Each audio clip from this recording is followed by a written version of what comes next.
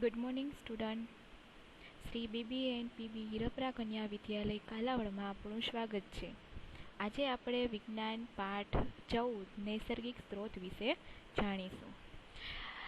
આપણે જાણીએ છીએ કે પૃથ્વી એક એવો ગ્રહ છે કે જ્યાં જીવન આવેલું છે. પૃથ્વી પર જીવન ઘણા બધા પરિબળો પર આધારિત છે. આપણે જાણીએ છીએ કે પૃથ્વી એક એવો ગ્રહ છે કે જ્યાં જીવન શક્ય છે. તો શું કામ શક્ય છે? તો ત્યાં તાપમાન, પાણી અને આહાર કે ખોરાકની જરૂરિયાત હોય છે. પૃથ્વી પર આવેલા બધા જ પ્રકારના સજીવોની મૂળભૂત આવશ્યકતાઓની પૂર્તિ કરવા માટે સૂર્યમાંથી ઉર્જા અને પૃથ્વી પર આવેલા સ્ત્રોતોની આવશ્યકતા હોય છે. હવે છે પાઠ છે નૈસર્ગિક સ્ત્રોત. નૈસર્ગિક એટલે કે કુદરતી. આ પાઠમાં આપણે પૃથ્વી પર સ્ત્રોત ક્યાં ક્યાં છે? જીવનનો શ્વાસ એટલે કે હવા, પાણી એક અદ્ભુત પ્રવાહી, ભૂમિમાં ખનિજની પ્રચુરતા, જૈવ રાસાયણિક ચક્રો અને ઓઝોન સ્તર વિશે જાણવાનું છે. તો પૃથ્વી ગ્રહ પર જીવન આવેલું છે.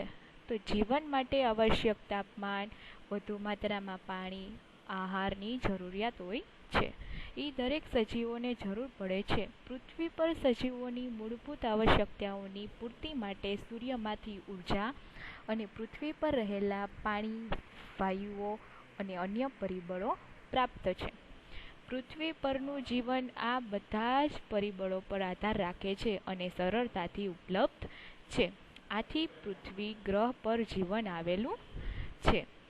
હવે પૃથ્વી પર જીવન માટે આવશ્યક જૈવિક ઘટકોના કયા કયા છે?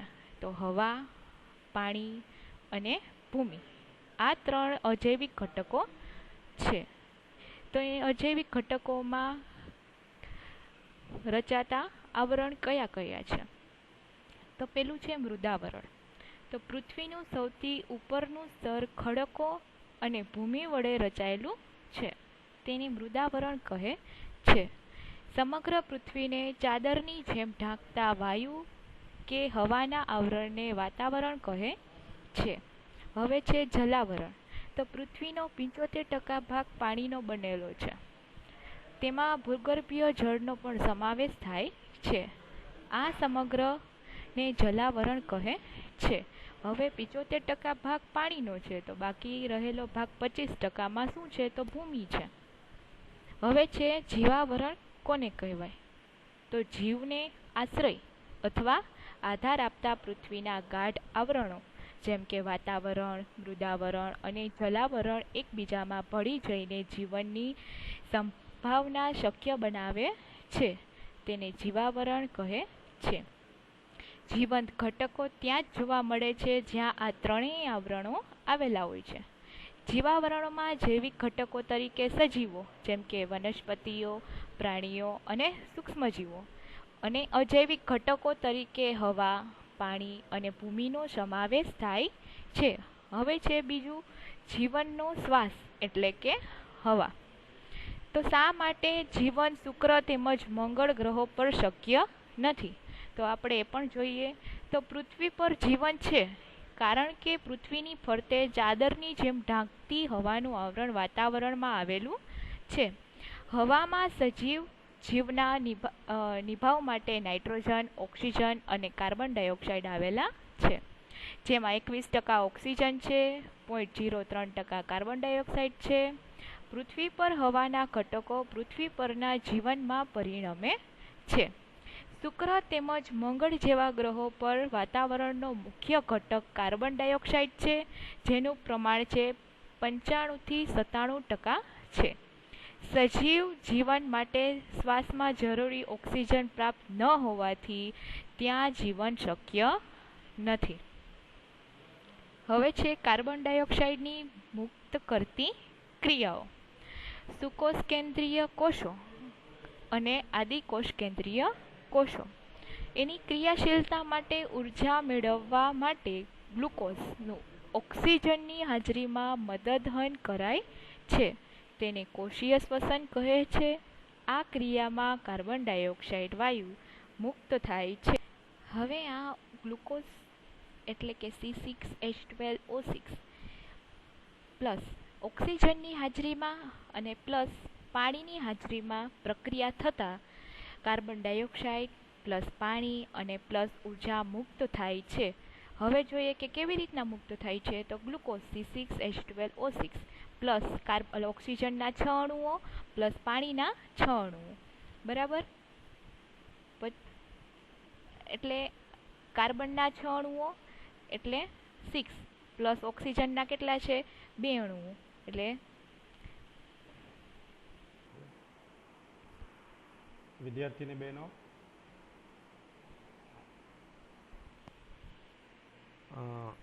આપણે CO2 મુક્ત કરવાની પ્રક્રિયાઓ, એમાં સુકોષ કેન્દ્રીય એટલે કે યુકેરિયોટિક કોષ. સુકોષ કેન્દ્રીય કોને કહેવાય? તો જેની અંદર કોષ કેન્દ્ર વિકસિત હોય એવા સજીવો એને સુકોષ કેન્દ્રીય સજીવો કહેવાય. અને આદિ કોષ કેન્દ્રી કોને કહેવાય? કે જેના કોષ કેન્દ્ર છે ને વિકાસશીલ ન હોય, ઓછું વિકાસશીલ હોય. તો એની અંદર ઉર્જા કઈ રીતે મળે? તો એને જે ગ્લુકોઝ હોય, ગ્લુકોઝનું સૂત્ર છે C6H12O6. આ ગ્લુકોઝ છે. તો ગ્લુકોઝનું ઓક્સિજનની હાજરીમાં એટલે કે O2ની હાજરીમાં, અને આપણે પાણી પીએ છીએ. ગ્લુકોઝ આપણા શરીરમાં ખોરાક દ્વારા મળે, ઓક્સિજન આપણે હવામાંથી લઈએ છીએ, અને પાણી H2O, આ ત્રણેયની હાજરીમાં એનું મંદ દહન થાય. મંદ દહન થાય અને એ શ્વસનમાં ઉર્જા છૂટી પડે. તો આવા શ્વસનને કોષીય શ્વસન કહેવાય. હવે એમાં શું છૂટું પડે છે? તો કે કાર્બન ડાયોક્સાઇડ, જે આપણે કાર્બન ડાયોક્સાઇડ શરીરમાં ઉત્પન્ન થતો હોય એ કાર્બન ડાયોક્સાઇડ આપણે બહાર કાઢીએ છીએ. ઓક્સિજન લઈએ છીએ, કાર્બન ડાયોક્સાઇડ બહાર કાઢીએ છીએ, એટલે CO2 છૂટો પડે, એ બહાર નીકળે. પ્લસ પાણી બહાર નીકળે. આપણા શરીરમાં જે પરસેવા વાટે કે યુરિન દ્વારા પાણી પણ બહાર નીકળતું હોય અને ઉર્જા છૂટી પડતી હોય. તો આને કહેવાય કોષીય શ્વસન, અને એમાં CO2 મુક્ત થાય. તો આ થઈ CO2 મુક્ત કરતી ક્રિયાઓ. હવે આપણે દહન, ઘણીવાર દહનની પ્રક્રિયા જોઈએ છીએ. તો દહન પણ આવી જ એક પ્રક્રિયા છે. દહન એટલે સળગાવવું. તમે કોઈ પણ વસ્તુને સળગાવો એટલે ઓક્સિજનની હાજરીમાં જ વસ્તુ સળગે, એટલે એમાં ઓક્સિજન વપરાય અને CO2 મુક્ત થાય. એટલે કે આપણે જોઈએ છે કે ધુવાળો નીકળે છે, એ ધુવાળો એટલે કાર્બન ડાયોક્સાઇડ. એ કાર્બન ડાયોક્સાઇડ મુક્ત થતો હોય છે. તો માનવની પ્રવૃત્તિ જેવી કે ઈંધણ સળગાવીને ઉર્જા પ્રાપ્ત કરવી, જંગલોમાં લાગતી આગનો દહનની ક્રિયામાં સમાવેશ થાય છે. એટલે આપણે કોઈ પણ વસ્તુ સળગાવીએ, બળતણ સળગાવીએ એટલે એમાંથી ઉર્જા નીકળતી હોય ને એ ઉર્જાનો ઉપયોગ આપણે રસોઈમાં કરીએ છીએ. અને તમને ખબર છે જંગલમાં ઘણીવાર આગ લાગે એટલે કે જે બળતણ હોય સળગે અને ધુવાળા નીકળતા હોય, આ ધુવાળા એટલે કાર્બન ડાયોક્સાઇડ છે. તો આવી રીતે એમાંથી કાર્બન ડાયોક્સાઇડ ઉત્પન્ન થાય અને ઉર્જા છૂટી પડે. વાતાવરણની અંદર ખૂબ જ ઓછા પ્રમાણમાં CO2 હોય છે. એટલો બધો CO2 કાર્બન ડાયોક્સાઇડ હોતો નથી. એના કારણો શું? તો એમાં કાર્બન ડાયોક્સાઇડ જે હવામાં હોય છે એ વપરાઈ જતું હોય છે. આપણને ખબર છે પ્રકાશ સંશ્લેષણની ક્રિયા લીલી વનસ્પતિ કરે. તો લીલી વનસ્પતિ જ્યારે પ્રકાશ સંશ્લેષણની ક્રિયા કરતી હોય ત્યારે કાર્બન ડાયોક્સાઇડનું સ્થાપન કરી અને ગ્લુકોઝ બનાવે. એનું સમીકરણ આપણે જોઈએ તો CO2 પ્લસ H2O, એટલે કે વનસ્પતિ છે એ હવામાંથી કાર્બન ડાયોક્સાઇડ લે અને મૂળમાંથી પાણી લે. હવામાંથી કાર્બન ડાયોક્સાઇડ, મૂળમાંથી પાણી, એટલે કે હવામાંથી CO2, પાણી એટલે H2O લે. સૂર્યનો પ્રકાશ એની ઉપર પડે એટલે કે સૂર્ય પ્રકાશની હાજરીમાં, એટલે વનસ્પતિની પર્ણની અંદર ક્લોરોફિલ હોય, તો ક્લોરોફિલ અને સૂર્યપ્રકાશની હાજરીમાં ગ્લુકોઝ બનાવે. એટલે C6H12O6 એ ગ્લુકોઝનું સૂત્ર છે. ગ્લુકોઝ બનાવે અને ઓક્સિજન બનાવે છે. જે O2 આપણે વનસ્પતિ બનાવે એ વનસ્પતિના બનાવેલા O2નો આપણે ઉપયોગ કરીએ છીએ. પાણી એ વરાળ દ્વારા બહાર કાઢે. તો એ પ્રકાશ સંશ્લેષણની ક્રિયાનું સમીકરણ છે. પ્રકાશ સંશ્લેષણની ક્રિયાનું સમીકરણ યાદ રાખવાનું છે. Carbon dioxide CO2 plus H2. આગળ 6 અને 12 ને એ લખ્યા છે એ શું છે? તો એ સમીકરણને સંતુલિત કરવા માટેના હોય છે. એ સમીકરણ કેવી રીતે સંતુલિત થાય એ આપણે પછી તમને હું શીખવાડી દઈશ, પણ એ યાદ રાખવાના નથી. આગળ આંકડા લખ્યા હોય 6 હોય, 12 હોય, 2 હોય, 3 હોય, એ નહીં. CO2 એટલે કાર્બન ડાયોક્સાઇડ પ્લસ H2O એટલે પાણી. સૂર્યપ્રકાશની હાજરી ક્લોરોફિલની મદદથી ગ્લુકોઝ બનાવે, C6H12O6 બનાવે, ઓક્સિજન છૂટો પાડે અને પાણી, એટલે એ પ્રકાશ સંશ્લેષણનું સમીકરણ છે. ઉપર જે આપણે સમીકરણ જોયું હતું એ ગ્લુકોઝનું વિઘટન થાય એટલે કે કોષીય શોષણનું સમીકરણ છે. તો આ રીતે સમીકરણો તમારે યાદ રાખવાના છે.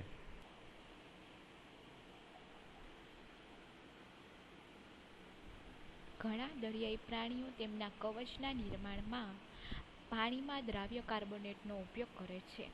આ માટે મહાસાગરોમાં દ્રાવ્ય કાર્બોનેટ એટલે કે દ્રાવ્ય CO2 પ્રાપ્ત થઈ શકે છે. હવે જોશું આપણે આબોહવાના નિયંત્રણમાં વાતાવરણનો ફાળો સમજાવો. તો વાતાવરણના વાયુઓ ઉષ્માના મંદવાહક હોવાથી વાતાવરણ પૃથ્વીના સરેરાશ તાપમાનને દિવસના સમયે અને સમગ્ર વર્ષમાં યોગ્ય રીતે કેવી રીતના જાળવી રાખે છે. તો વાતાવરણ દિવસ દરમિયાન તાપમાનમાં અચાનક વધારાને અટકાવે છે અને રાત્રિ દરમિયાન ઉષ્માની બાહ્ય વાતાવરણમાં મુક્ત થવાની ક્રિયાને ધીમી પાડી તાપમાનના અચાનક ઘટાડો અટકાવે છે. તેથી પૃથ્વી પર વાતાવરણને કારણે દિવસ અને રાત્રિના તાપમાનમાં વધારો મોટો તફાવત સર્જાતો નથી. દાખલા તરીકે ચંદ્ર અને પૃથ્વી બંને સૂર્યથી સમાન અંતરે આવેલા છે, છતાં ચંદ્રની સપાટી પર વાતાવરણ ન હોવાથી ત્યાંનું તાપમાન -190°C થી 110°C રહે છે. આમ વાતાવરણના અભાવે તાપમાનનો ઘણો મોટો તફાવત સર્જાય છે. હવે જોશું હવાની ગતિ. તો ગરમ દિવસ પછી સાંજના સમયે પવનની ઠંડી લહેરથી અને ગરમ હવામાનના અમુક દિવસો પછી વરસાદથી આપણને રાહત મળે છે. આ ઘટનાઓ વાતાવરણમાં વાયુઓ ગરમ થવાથી અને પાણીની વરાળ બનવાની ક્રિયાઓનું નિર્માણ પરિણામે છે. પવનનું સર્જન. જ્યારે સૂર્યના કિરણો પૃથ્વીની સપાટી પર પડે છે ત્યારે તેમાંના અમુક કિરણોનું જમીન અને જળાશયો દ્વારા શોષણ થાય છે. આપણે ખબર જ છે કે સૂર્યના કિરણો જ્યારે પૃથ્વીની સપાટી પર પડે છે ત્યારે અમુક કિરણો જમીન અને જળાશયો દ્વારા શોષણ થાય છે. બાકીના મોટા ભાગના વિકિરણોનું જમીન અને જળાશયો દ્વારા પરાવર્તન કરવામાં આવે છે. આમ પરાવર્તિત વિકિરણો વાતાવરણને નીચેથી ગરમ કરે છે. પરિણામે હવામાં પવનનું નિર્માણ થાય છે. હવે બે પવનો છે, દરિયાઈ પવન અને જમીનના પવન. તો દરિયાઈ પવનમાં શું છે, તો દિવસ દરમિયાન સમુદ્ર પરની હવા કરતાં જમીન પરની હવા વધુ ઝડપથી ગરમ થાય છે. આમ ગરમ હવા ઉપરની તરફ ઉઠે છે. આથી જમીન પર ઓછા દબાણનો વિસ્તાર ઉત્પન્ન થાય છે. સમુદ્ર પરની હવા ધીમેથી ગરમ થતી હોવાથી ત્યાં વધારે દબાણનો વિસ્તાર સર્જાય છે. હવાની ગતિ વધારે દબાણ ધરાવતા વિસ્તારથી ઓછા દબાણ ધરાવતા વિસ્તાર તરફ થાય છે અને દિવસ દરમિયાન આ રીતે સર્જાતી દરિયાઈ પવનની દિશા સમુદ્રથી જમીન તરફ હોય છે. હવે છે જમીનના પવનો. તો રાત્રે જમીન તેમજ સમુદ્ર બંને શીતળ થાય છે, પરંતુ પાણી કરતાં જમીન વધુ ઝડપથી શીતળ થાય છે. આથી જમીન પરની હવા સમુદ્રના પાણી પરની હવા કરતાં વધુ શીતળ થતાં વધારે દબાણવાળા વિસ્તારોનું સર્જન થાય છે. આ કારણે રાત્રિ દરમિયાન જમીનના પવનની દિશા જમીનથી સમુદ્ર તરફ હોય છે. આમ હવાની ગતિ તાપમાન અથવા દબાણના તફાવતને લીધે ઉત્પન્ન થાય છે અને પવન તરીકે અનુભવાય છે. જ્યાં બે જગ્યાઓ વચ્ચે દબાણમાં તફાવત હોય ત્યાં હવા ઊંચા દબાણવાળા વિસ્તારથી નીચા દબાણવાળા વિસ્તાર તરફ ગતિ કરે છે. નીચે આપેલા ચિત્રમાં તમે જોઈ શકો છો ગરમ હવા અને પવનની દિશા એટલે કે જમીન પરની હવા. તટીય ક્ષેત્રો વિસ્તારમાં દિવસ દરમિયાન નીચા અને રાત્રિ દરમિયાન ઊંચા દબાણ શા માટે સર્જાય છે, તો તટીય ક્ષેત્રોમાં દિવસે જમીન ઝડપથી ગરમ થતાં ત્યાં રહેલી હવા ગરમ થઈ ઉપર તરફ જતાં નીચા દબાણવાળા ક્ષેત્રે અને રાત્રિ દરમિયાન જમીન ઝડપથી ઠંડી પડતા ઊંચા દબાણના ક્ષેત્ર સર્જાય છે. તટીય ક્ષેત્રોમાં રાત્રિ સમયે હવાની દિશા જમીન તરફથી દરિયાઈ તરફની હોય છે. હવે જોઈએ તો વાદળો કેવી રીતના બંધાય છે અને વરસાદ કેવી રીતના આવે છે. તો પૃથ્વી પરના જળ સ્ત્રોતમાં દિવસના સમયે પાણીનો ભાગ ગરમ થાય છે ત્યારે ખૂબ વધારે માત્રામાં પાણીની બાષ્પ બને છે, એટલે કે વરાળ બને છે. આ બાષ્પ હવામાં ઊંચે ચડે છે. પાણીની બાષ્પ કેટલીક માત્રામાં વિવિધ પ્રકારની જૈવ ક્રિયાઓના કારણે વાતાવરણમાં જાય છે. સૂર્ય ઉષ્માની હવા પર ગરમ થાય છે. આ ગરમ હવા પાણીથી બાષ્પને લઈને ઉપરની તરફ જાય છે. જેમ જેમ હવા ઉપર તરફ ઉઠે છે તેમ તેમ તેનું વિસ્તરણ થતાં તે ઠંડી પડે છે. ઠંડી હવામાં રહેલી પાણીની બાષ્પ નાના બિંદુઓમાં ફેરવાય છે.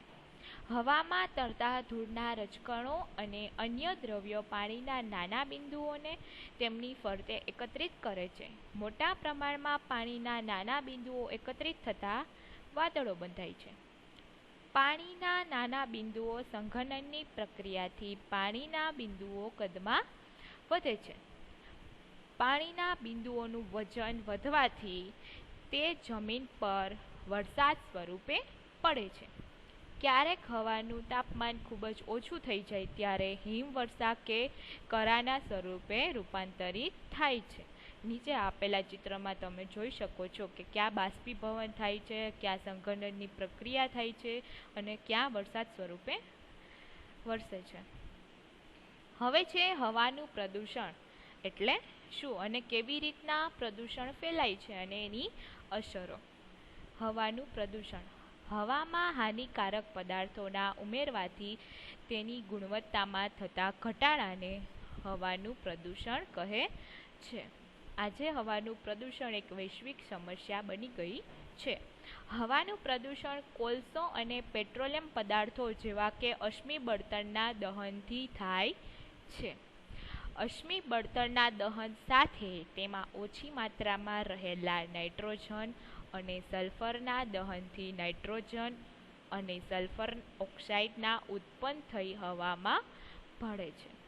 અશ્મિ બળતણના દહન દ્વારા સળગ્યા વગરના કાર્બન કણ કે હાઇડ્રોકાર્બન નિલંબિત કણો સ્વરૂપે હવામાં ઉમેરાય છે. આ પ્રદૂષણો હવામાં ઉમેરાતા હવાની ગુણવત્તામાં ઘટાડો થાય છે. હવે હવાના પ્રદૂષણની હાનિકારક અસરો. તો હવામાં ઉમેરાતા નાઇટ્રોજન અને સલ્ફરના ઓક્સાઇડ શ્વાસમાં લેતા નુકસાનકારક છે. પ્રદૂષિત હવામાં શ્વાસ લેવાથી કેન્સર, હૃદયરોગ, એલર્જી જેવા રોગો થવાની સંભાવના વધે છે. હવામાં રહેલા સલ્ફર અને નાઇટ્રોજનના ઓક્સાઇડ વરસાદના પાણી સાથે ભળી જઈને એસિડ વર્ષા કરે છે. તેનાથી ત્વચા પર, ભૂમિ અને પાણીમાં વસતા સજીવો પર હાનિકારક અસર થાય છે.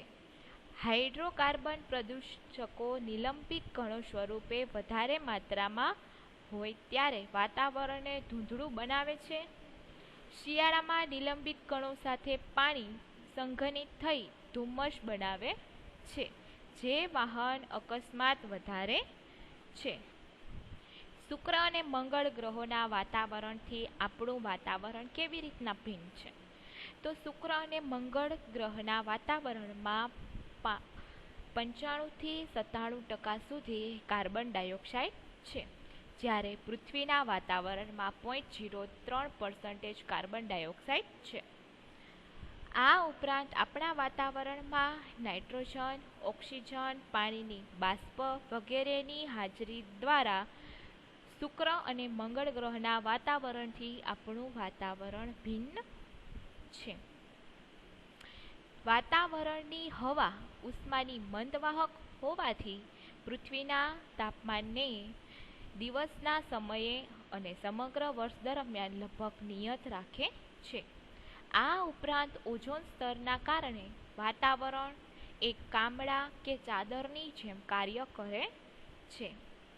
પૃથ્વીના જુદા જુદા વિસ્તારોમાં વાતાવરણની હવા અસમાન રીતે ગરમ થતાં અસમાન દબાણના ક્ષેત્રો સર્જાય છે.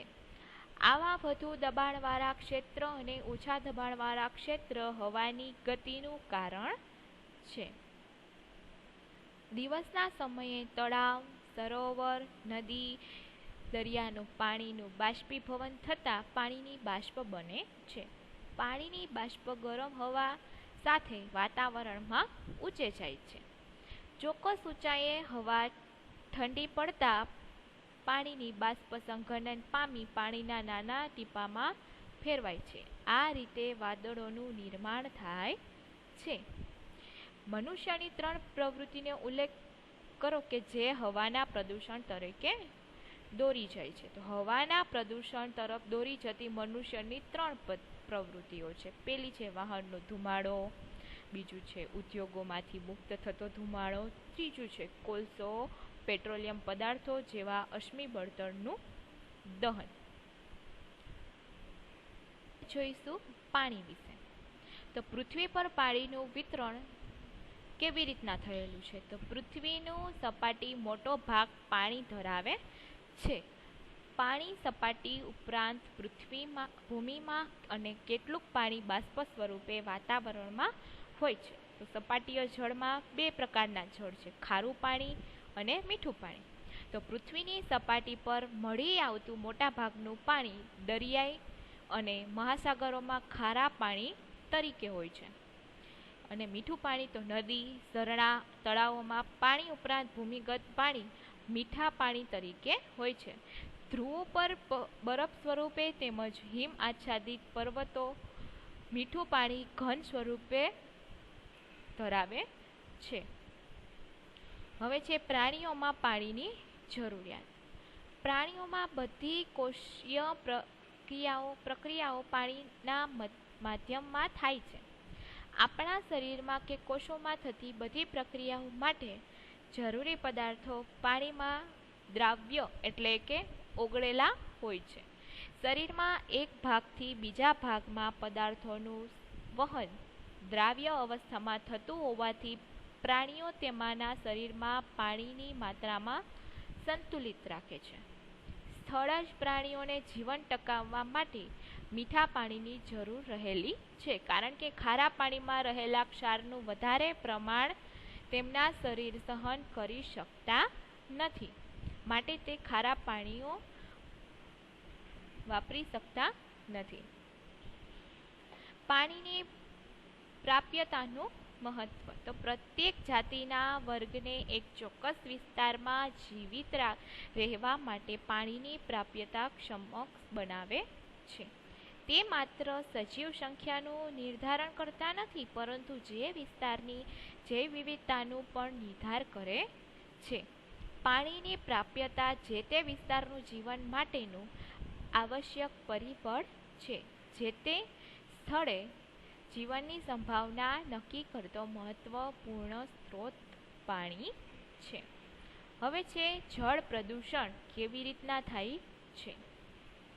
તો પાણીમાં હાનિકારક પદાર્થનો ઉમેરો થતાં તે ઉપયોગ માટે નકામું બને તેને જળ પ્રદૂષણ કહે છે. જળ પ્રદૂષણ મુખ્યત્વે માનવ પ્રવૃત્તિઓ વડે થાય છે. તો કઈ કઈ માનવ પ્રવૃત્તિઓ છે? તો ખેતરમાં ઉપયોગ લેવાતા રાસાયણિક ખાતરો, કીટનાશકોનો કેટલોક ભાગ પાણીમાં જતા પાણી પ્રદૂષિત થાય છે. શહેર કે નગરના ગટર, નાળાના ગંદા પાણી, નદી, જળાશયોમાં ઠલવાતા ડિટર્જન્ટ, સુએજ કચરો, રોગકારક એટલે કે બેક્ટેરિયા, વાયરસ, પ્રજીવ પાણીમાં ભળી પાણીને પ્રદૂષિત કરે છે. ઉદ્યોગોમાં સર્જાતા કચરો, જળ સ્ત્રોતમાં ઠલવાતો રાસાયણિક ઝેરી દ્રવ્યો પાણીમાં ઉમેરાતા પાણી પ્રદૂષિત કરે છે. કેટલાક વિશિષ્ટ ઉદ્યોગો, પાવર પ્લાન્ટ, થર્મલ પાવર સ્ટેશનમાં ઠંડક જાળવી રાખવા માટે પાણીનો ઉપયોગ થાય છે. અને અંતે ગંદા ગરમ પાણીને જળાશયમાં પાછું વહેવાડાવવામાં આવે છે. આ ગરમ પાણી ઉષ્મીય પ્રદૂષણ પ્રેરે છે. જ્યારે બંધમાંથી પાણીને છોડવામાં આવે છે ત્યારે નદીઓના પાણીના તાપમાન પર અસર થાય છે. હવે છે જળ પ્રદૂષણથી કેવી અસરો થાય છે, તો આપણે જોઈશું. તો જળાશયોમાં અનૈચ્છિક પદાર્થો જેવા કે ખેતરોમાં ઉપયોગમાં લેવાતા જંતુનાશક કે ખાતરો ભળવાથી અથવા કાગળ ઉદ્યોગમાં ઉત્પન્ન થયેલા પારા એટલે કે મર્ક્યુરી, એનો ક્ષાર જેવા ઝેરી પદાર્થો અથવા ગટરના ગંદા પાણી દ્વારા કોલેરા કે ટાઇફોઇડ જેવા રોગો ફેલાવનાર બેક્ટેરિયા પાણીમાં ભળે છે. અને આનું પ્રદૂષિત પાણી પીવાથી અન્ય ઉપયોગમાં લેવાતા સ્વાસ્થ્ય પર હાનિકારક અસરો સર્જાય છે. જળાશયોમાં વસવાટ કરતી વનસ્પતિઓ અને પ્રાણીઓ પાણીમાં ઓગળેલો ઓક્સિજનનો ઉપયોગ કરે છે. જળાશયોમાં જૈવ વિઘટનીય પ્રદૂષકો ઉમેરાતા તેનું વિઘટન એટલે કે ઓક્સિડેશન માટે દ્રાવ્ય ઓક્સિજનો વપરાય છે. દ્રાવ્ય ઓક્સિજનનો આ ઘટકો જળચર સજીવો પર વિપરીત અસર કરે છે. જળાશયોમાંથી બીજા પોષક દ્રવ્યોનો પણ ઘટાડો થઈ શકે છે. જળચર સજીવો જે જળાશયોમાં રહે છે ત્યાં તેઓ એક વિશિષ્ટ તાપમાનને અનુકૂલિત હોય છે. પાણીના ઉષ્મીય પ્રદૂષણને કારણે તાપમાનમાં અચાનક પરિવર્તન તેઓ માટે નુકસાનકારક હોઈ શકે છે. તાપમાનના ફેરફારની અસર તેમની પ્રજનન ક્રિયા પર પડે છે અને વિવિધ પ્રકારના પ્રાણીના ઈંડા અને ડીંભ તાપમાનમાં ફેરફાર સામે સંવેદનશીલ હોય છે. સજીવોને પાણીની જરૂરિયાત શું કામ છે? તો બધી કોષીય પ્રક્રિયાઓ માટે પાણી જરૂરી છે. શરીરમાં વિવિધ પદાર્થો પાણીમાં દ્રાવ્ય સ્થિતિમાં વહન પામે છે. પ્રાણીઓમાં ઉત્સર્ગ દ્રવ્યોનો નિકાલ માટે પાણી જરૂરી છે. વનસ્પતિઓના પ્રકાશ સંશ્લેષણ માટે પાણી જરૂરી છે. અમારા શહેરમાં શુદ્ધ પાણીનો પ્રાપ્ય સ્ત્રોત સાબરમતી નદી ઉપરાંત સેઢી કેનાલ અને નર્મદા કેનાલ છે.